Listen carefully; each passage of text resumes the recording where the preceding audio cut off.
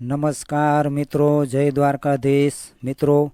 અમુક મા બાપના અમુક સંતાનો વિદેશના મોહમાં વિદેશ ગયા પછી વિદેશના કલ્ચરે એટલા બધા રંગાઈ જતા હોય છે કે પોતાના મા બાપને પણ ભૂલી જતા હોય છે. પછી ભલે એ દીકરો હોય કે દીકરી હોય. તો મિત્રો, આવી જ એક મા બાપ અને દીકરીની કહાની આજના આ વિડીયોમાં રજૂ થઈ રહી છે. તો મારી સૌને વિનંતી છે કે વિડીયોના અંત સુધી જરૂરથી જોડાયેલા રહેજો. તો ચાલો શરૂ કરીએ આજનો આ વિડીયો. સવારમાં મોબાઈલની રિંગ વાગી રહી હતી એટલે આરતી ઉઠી ગઈ અને વિચારવા લાગી કે આટલી વહેલી સવારે કોનો ફોન આવ્યો હશે. જ્યારે તેમણે ઉઠીને ફોન ઉઠાવ્યો તો સામેથી એનો ભાઈ સંજય બોલી રહ્યો હતો અને એ કહેવા લાગ્યો કે આરતી, બાપુજીની તબિયત સારી નથી અને કાલે સાંજે તેની તબિયત અચાનક ખૂબ જ વધારે બગડી ગઈ છે. રૂંધાયેલા સ્વરે સંજયે આવું કહીને ફોન મૂકી દીધો. મુકેશભાઈ પોતાના જીવનના આખરી દિવસો ગણી રહ્યા હતા અને એ મરણ પથારીએ પડેલા હતા. પોતાના અંતિમ સમયમાં એની આખી જિંદગી જાણે કે એની આંખો સામે ફિલ્મની પટ્ટીની જેમ દેખાઈ રહી હતી. ઘરની ગરીબીના કારણે એમણે નાની ઉંમરમાં જ નોકરી કરવાનું શરૂ કરી દીધું હતું અને પોતાના કમાયેલા પૈસામાંથી એક નાનો એવો વેપાર શરૂ કર્યો હતો. મા બાપના આશીર્વાદથી વેપારમાં એને સફળતા મળવા લાગી અને થોડા સમય પછી માયાબેન સાથે એના લગ્ન થયા. ત્યાર પછી બંનેએ મળીને મા બાપની ખૂબ સેવા કરી અને બીજી બધી જ જવાબદારીઓ ખૂબ સારી રીતે નિભાવી હતી. થોડા સમય પછી તેના ઘરે એક દીકરાનો જન્મ થયો. એનું નામ સંજય હતું અને 2 વર્ષ પછી દીકરી આરતીનો જન્મ થયો. મુકેશભાઈનો હંમેશા પોતાની દીકરી આરતી તરફ વધારે લગાવ રહ્યો હતો. પોતાના દીકરાની પહેલાં એ હંમેશા પોતાની દીકરીને આગળ રાખતા હતા. આરતી ભણવામાં પણ ખૂબ જ હોશિયાર હતી, પરંતુ સંજય ભણવામાં નબળો હતો એટલે મુકેશભાઈને પોતાના દીકરાને નાલાયક કહીને બોલાવવાની આદત થઈ ગઈ હતી. આરતીએ મોટી થઈને મેડિકલ લાઇનનો અભ્યાસ કર્યો અને પોતાના પગભર થઈ હતી અને સંજયે એના બાપુજીનો ધંધો સંભાળ્યો હતો. ધીરે ધીરે સંતાનો યુવાન થયા એટલે મા બાપે એના લગ્ન કરાવ્યા. હવે દીકરી સાસરીએ જતી રહી હતી. ઘરમાં નવી વહુ આવી ગઈ હતી. ત્યારે તો મુકેશભાઈને એવું લાગી રહ્યું હતું કે હવે હું મારી બધી જ જવાબદારીઓમાંથી મુક્ત થઈ ગયો છું. આવી રીતે સમય ધીરે ધીરે પસાર થઈ રહ્યો હતો. લગભગ 2.5 વર્ષ પહેલાં મુકેશભાઈના પત્નીનું અવસાન થઈ ગયું હતું અને એને છોડીને હંમેશને માટે જતા રહ્યા હતા. જૂની યાદો મુકેશભાઈની આંખો સામે કોઈ ફિલ્મની જેમ ઘૂમતી હતી. એની આંખોમાંથી આંસુ વહી રહ્યા હતા. મુકેશભાઈની તબિયત ખરાબ છે એવી ખબર પડતા જ એના અમુક નજીકના સગા સંબંધીઓ પણ એના હાલચાલ પૂછવા માટે એના ઘરે આવી ગયા હતા.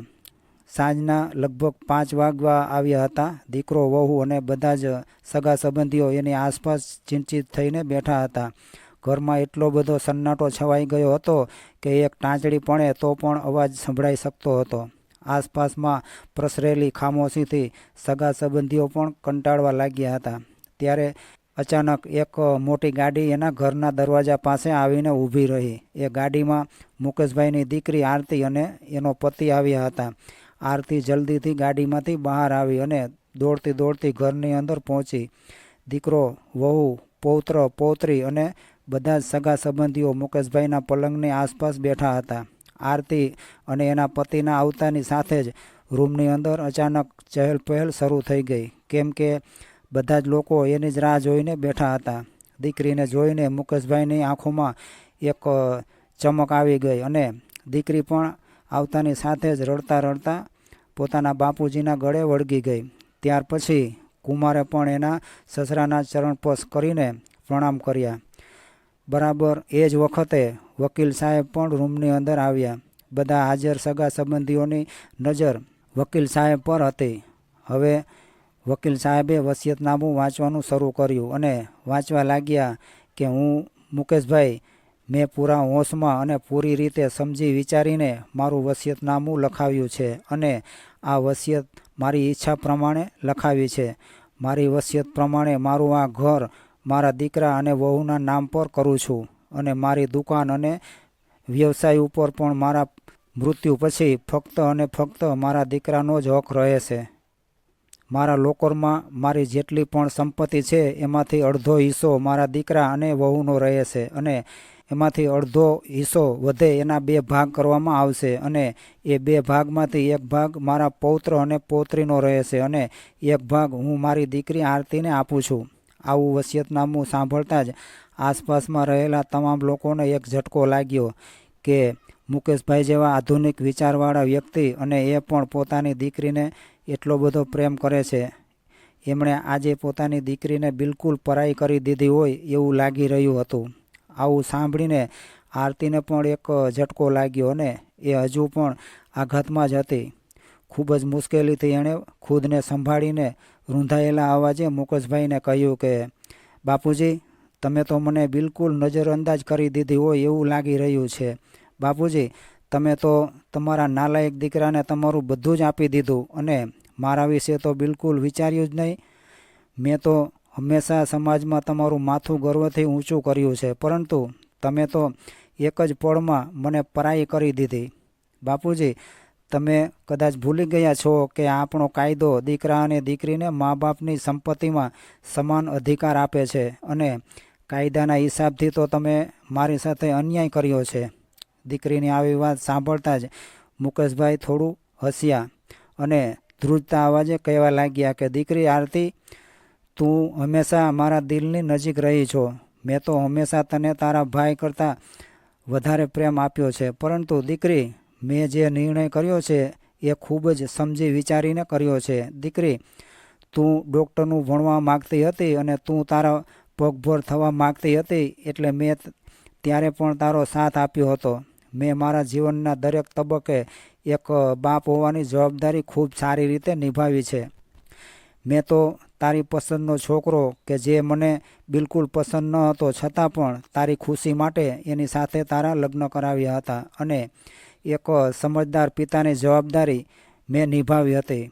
મેં તો મારું દરેક કર્તવ્ય ખૂબ સારી રીતે નિભાવવાની કોશિશ કરી છે અને રહી વાત કાયદા કાનૂનની, તો વકીલનું તો હું નથી ભણ્યો, પરંતુ મને એટલી જરૂર ખબર છે કે જે અધિકારની તું વાત કરી રહી છો એ અધિકાર ઘણી પેઢીઓથી પૂર્વજોની સંપત્તિ પર લાગુ પડે છે અને એ વાતની તો તને સારી રીતે ખબર છે કે આપણા પૂર્વજોએ પોતાનું જીવન કેવી ગરીબીમાં વિતાવ્યું છે.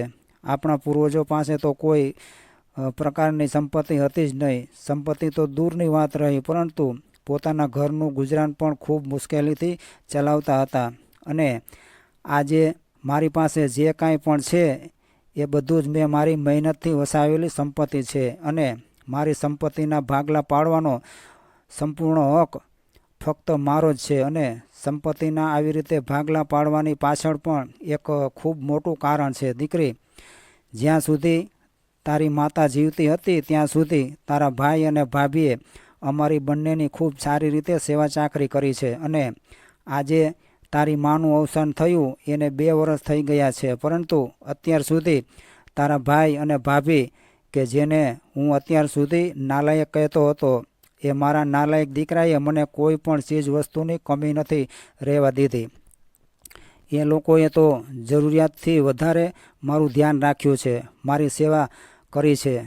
પાછલા 1 વર્ષથી તો હું પથારીમાં પડ્યો છું, ત્યારે તારી ભાભીએ મને પૌષ્ટિક ભોજન ખવડાવવાની સાથે મારા ગંદા થયેલા કપડાં ધોવા સુધીના બધા જ કામો દોડીને કર્યા છે અને કદાચ એ ચાહતી હોત તો આજકાલની નવી વહુઓની જેમ પોતાની જવાબદારીઓથી દૂર થઈ શકતી હતી અને મારી સંપત્તિ તો આમ પણ મારા મૃત્યુ પછી પણ એને મળી જ જાય એમ હતી, પરંતુ એણે એવું ન કર્યું અને સાચા મનથી એક દીકરીની જેમ સારી રીતે મારી સેવા ચાકરી કરી છે.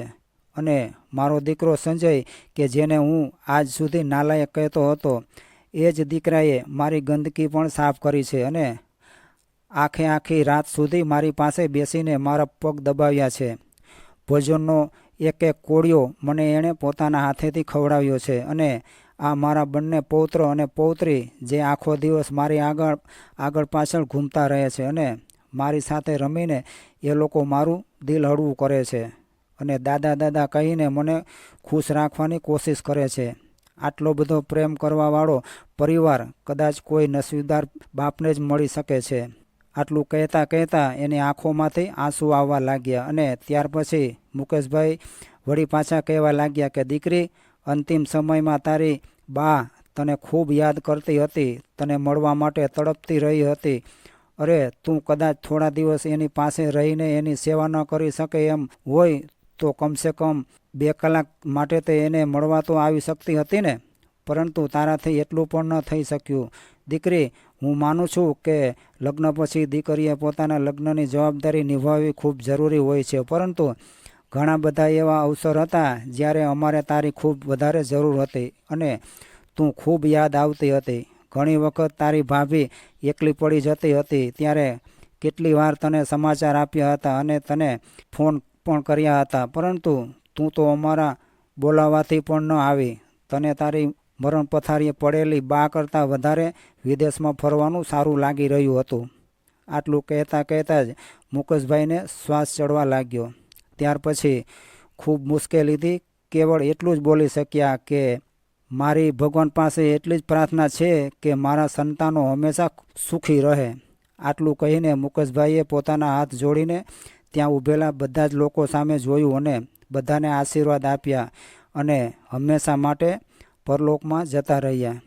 પરંતુ જતાં જતાં દુનિયાના લોકો સામે એક એવો સંદેશ આપીને ગયા હતા કે કોઈ પણ વસ્તુ પર પોતાનો અધિકાર જમાવતા પહેલાં પોતાની ફરજ નિભાવવી ખૂબ જરૂરી હોય છે.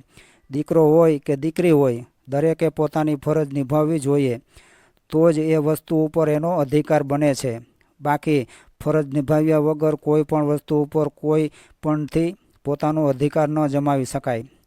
તો મિત્રો, આજની આ કહાની તમને કેવી લાગી એ કોમેન્ટ કરી જરૂરથી જણાવજો અને પસંદ આવી હોય તો વિડીયોને લાઇક, શેર અને ચેનલને સબસ્ક્રાઈબ કરી તમારા ભાઈને સપોર્ટ આપો. જય દ્વારકાધીશ.